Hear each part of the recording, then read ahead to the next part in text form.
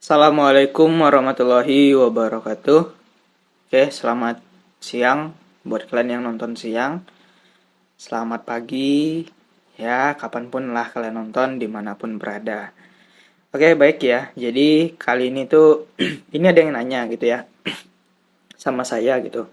Jadi, trading apa bang yang aman gitu ya? Nanya gitu kan, karena saya akhir-akhir ini tuh sering membongkar ya teman-teman ya. Membongkar trading tipu-tipu gitu ya. Modus penipuan lama nih, game Ponzi gitu ya, suatu penipuan yang mengambil modus trading itu sebagai modus tipu-tipu gitu ya. Sebenarnya sih nggak ada masalah ya, dengan tradingnya nggak masalah, tapi ada orang yang mengambil trading ini untuk modus tipuan money game Ponzi, yaitu Redford ya. Akhir-akhir ini tuh sering saya bahas, yaitu Redford trading ya. Saya kadang geli juga tuh kalau nyebutin Redford tuh ya, dengan ya berbagai modusnya gitu ya. Geli saya teman, kok ada gitu ya exchanger kriptoan yang kayak gitu tuh ya. Heran saya tuh ya, dan banyak sekali orang-orang yang percaya gitu. Bahkan juga mungkin di ROBD. Mungkin kalau yang dulu-dulu tuh ada yang namanya Coin 156 ya. Yang lebih lama lagi Xbit, dan ya banyak ya mining itu-itunya gitu, banyak. Nah, kali ini itu ada yang bertanya gitu ya di kolom komentar saya akhir-akhir itu banyak. Dan ini saya beri 2 sampel aja ya. Komentarnya gini, dari pertama Sandi Sanjaya. Oke, komentarnya gini. Trading apa yang aman bang? Di-share dong gitu. Kedua dari Anto Mulyanto. Trading yang aman tuh yang kayak mana bang? Yang kayak gimana gitu ya. Ya, di sini saya akan menjawab pertanyaan dari komentar saya ini tuh berdasarkan statement yang udah diterapkan oleh OJK untuk masyarakat Indonesia ketika ditawarkan suatu investasi, baik itu trading pun ya, mau investasi trading ataupun di dunia bisnis yang lain yang online ya, tetap mengacu ke 2L. Jadi saya jawabnya tuh 2L teman-teman. Legalitas yang pertama dan kelogikaannya. Gitu ya, intinya saya jawab pertanyaan ini itu berdasarkan pemahaman saya selama ini di dunia cryptocurrency dan di dunia trading gitu ya. Trading forex, trading cryptocurrency, investasi ya. Saya ngacunya ke sana ya, atas pemahaman saya selama ini mengenai dunia investasi yang pernah saya pelajari, trading juga gitu ya, dan juga berpatokan dengan 2L. Oke. Tapi sebelum saya membahas mengenai yang namanya trading apa yang aman bang kata kalian, saya mau bahas dulu sisi Redford ya, biar kalian nggak terjerumus. Oke, kalau saya udah bilang kata-kata terjerumus, artinya apa? Redford ini nggak baik gitu, pasti ada sesuatu yang harus dibongkar gitu untuk kalian tidak terjerumus. Ini busuk, ada niat busuk gitu di Redford. Oke. Nah gini, untuk yang belum apa ya, saya istilahnya di sini menyampaikan garis besarnya aja lah ya dari Redford ini biar kalian paham. Ini adalah aplikasi yang katanya exchanger cryptocurrency ya, menawarkan ya trading kripto menggunakan sinyal ya dari arahan mentor di grup. Jadi istilahnya gini, jam 9 malam beli gitu ya, nanti di jam 10 jual ya gitu ya, ditentukan lah ya. Nah, di sini kaidahnya gini teman-teman, itu trading apaan yang kayak gitu tuh? Ya, trading apaan? Yang salahnya di sini itu bukan tradingnya, yang salahnya adalah otak mentornya gitu ya. Mengambil trading ini sebagai modus penipuan. Penipuan apa? Penipuan money game Ponzi. Itu Redford, menjijikkan. Kenapa saya katakan menjijikkan? Ini aplikasi udah nggak tahu malu beroperasi di Indonesia. Ya, kurang lebih ya sama lah dengan aplikasi-aplikasi yang berkasus-kasus sebelum-sebelumnya gitu ya. Dan nggak tahu malu beroperasi di Indonesia tanpa izin.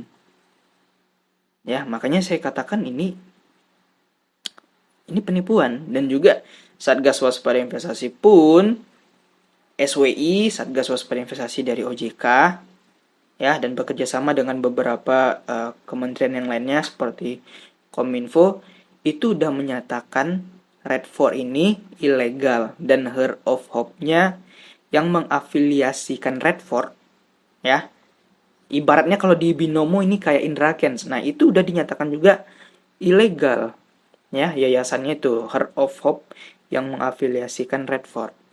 Ini money game ponzi, tipuan, udahlah. Sekarang udah terbukti ya, penarikan di Red4 itu macet, penarikannya macet.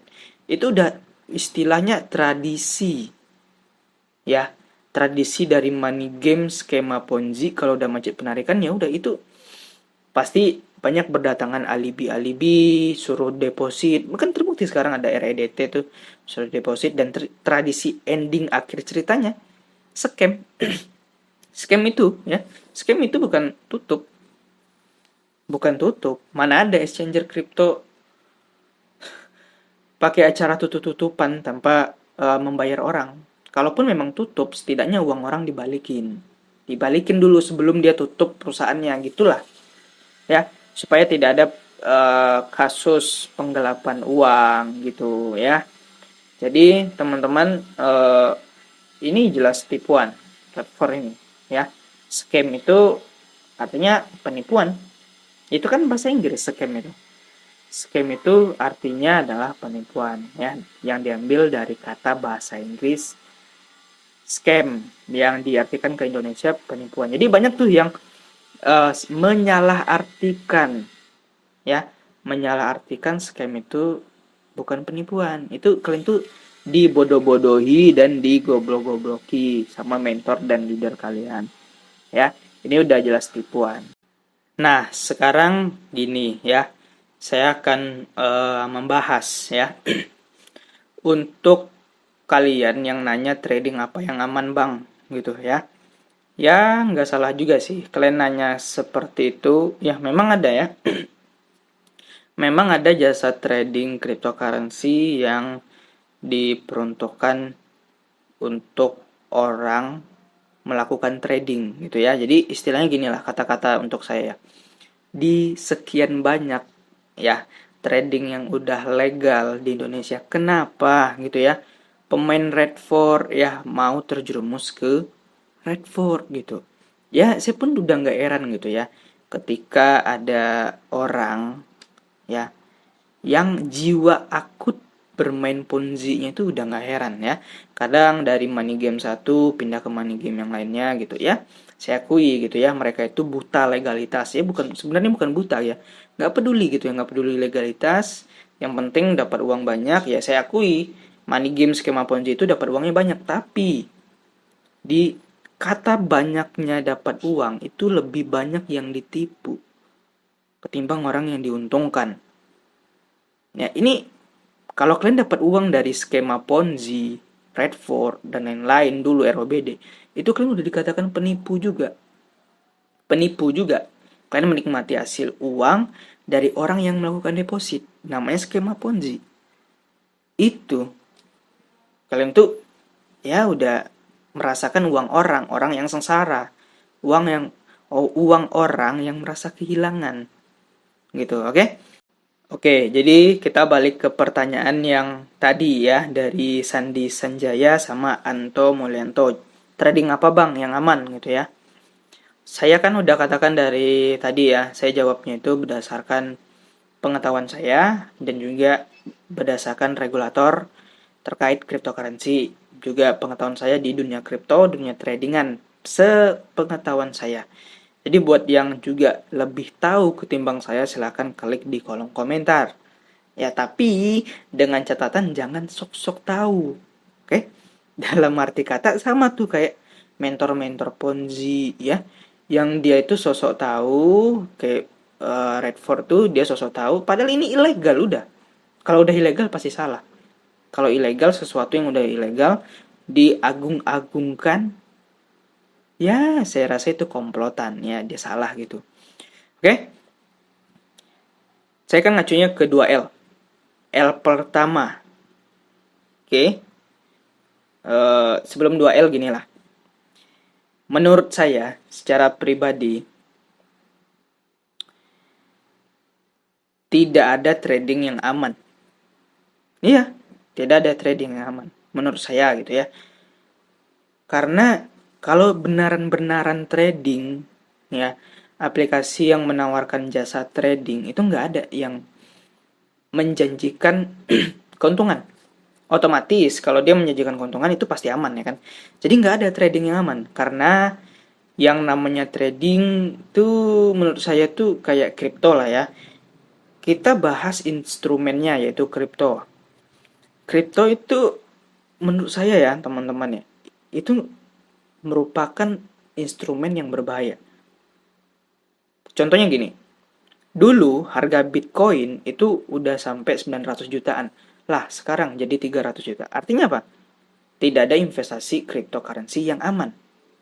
Karena didasari hukum alam dari trading itu adalah fluktuatif.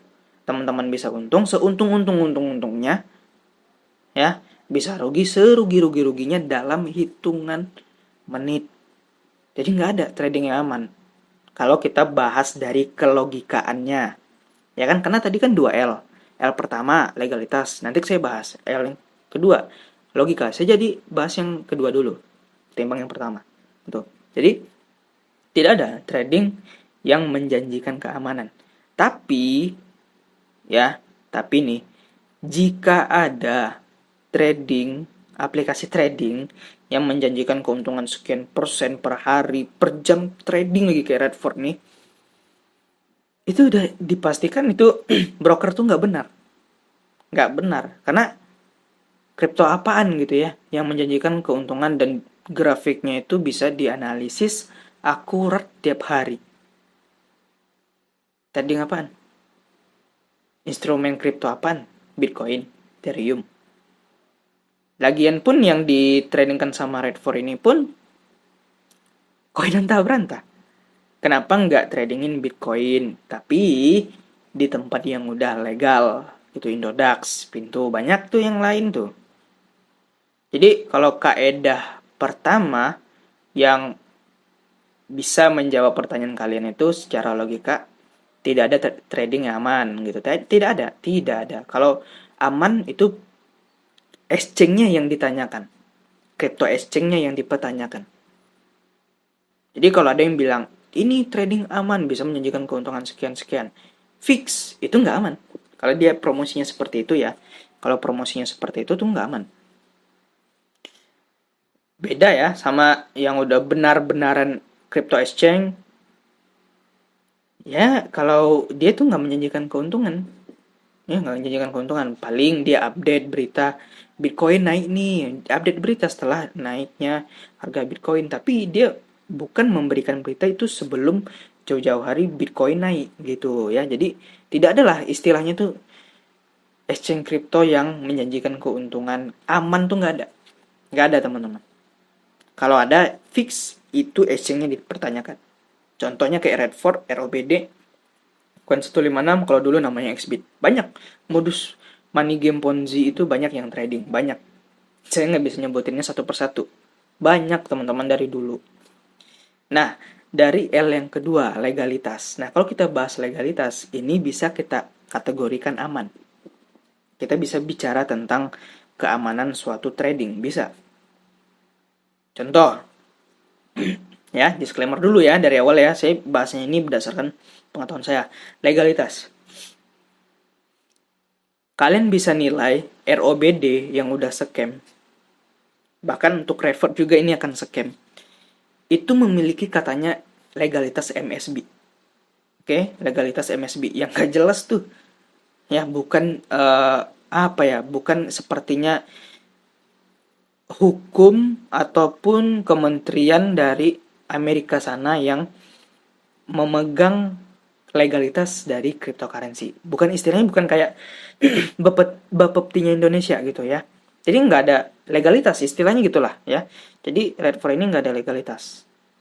Jadi nggak aman gitu. Jadi yang aman apa bang? Ya kalau kita mandang dari legalitas, yaitu kalau kita tinggal di Indonesia, ya di negara kita ini Indonesia nih, itu kita tuh punya suatu badan yang mengawasi perdagangan aset digital cryptocurrency, baik itu forex ataupun yang lainnya. Yaitu apa? Yaitu Bapepti. Nah, jadi kalau suatu exchange cryptocurrency yang beroperasi di Indonesia tanpa perizinan ataupun legalitas dari Bapepti, kalian mending hindari. Ya, mending hindari. Karena 100% bodong. Karena kan ada legalitas. Ya, ilegal sama dengan bodong. Bodong akan berujung tipu-tipu. Jadi, saran saya ya hindari teman-teman kalau udah tidak ada legalitas Bapeptinya, itu dinyatakan tidak aman. Gitu. Karena perlu ya teman-teman ya legalitas Bapeptinya. Karena misalnya kalau ada bermasalah satu exchange yang udah legal di Indonesia, minimal kan bisa lihat nonton di TV gitu ya, nonton di TV ada berita misalnya dari exchange A ada masalah, entah kantornya terbakar, jadi ada operasi withdraw yang macet gitu ya kan. Di TV ada diinformasikan, misal di TV One Metro gitu. Ada gitu ya. Beda misalnya terjadinya di luar negeri, kalian main exchange yang di luar negeri. Gak mungkin ya kalian pergi ke kantor di Amerika sana ataupun di Brazil, di Argentina gitu. Perizinannya gitu. Ya mungkin kan? Kalau di Indonesia kan kalian bisa, misalnya kalian tinggal di Jakarta, bisa gitu ya. Bisa pergi ke kantornya ataupun di mana tuh kantor Indodax, kantor pintu, kantor mana? Nggak tahu saya. Minimal ya lebih dekat untuk dapat infonya tuh lebih dekat ya. Misal kalian tinggalnya di Aceh, di Kalimantan ataupun dimanapun yang jauh dengan kantor, kalau boleh sebut Indodax ya misalnya gitu ya, Indodax bagus gitu ya, legal.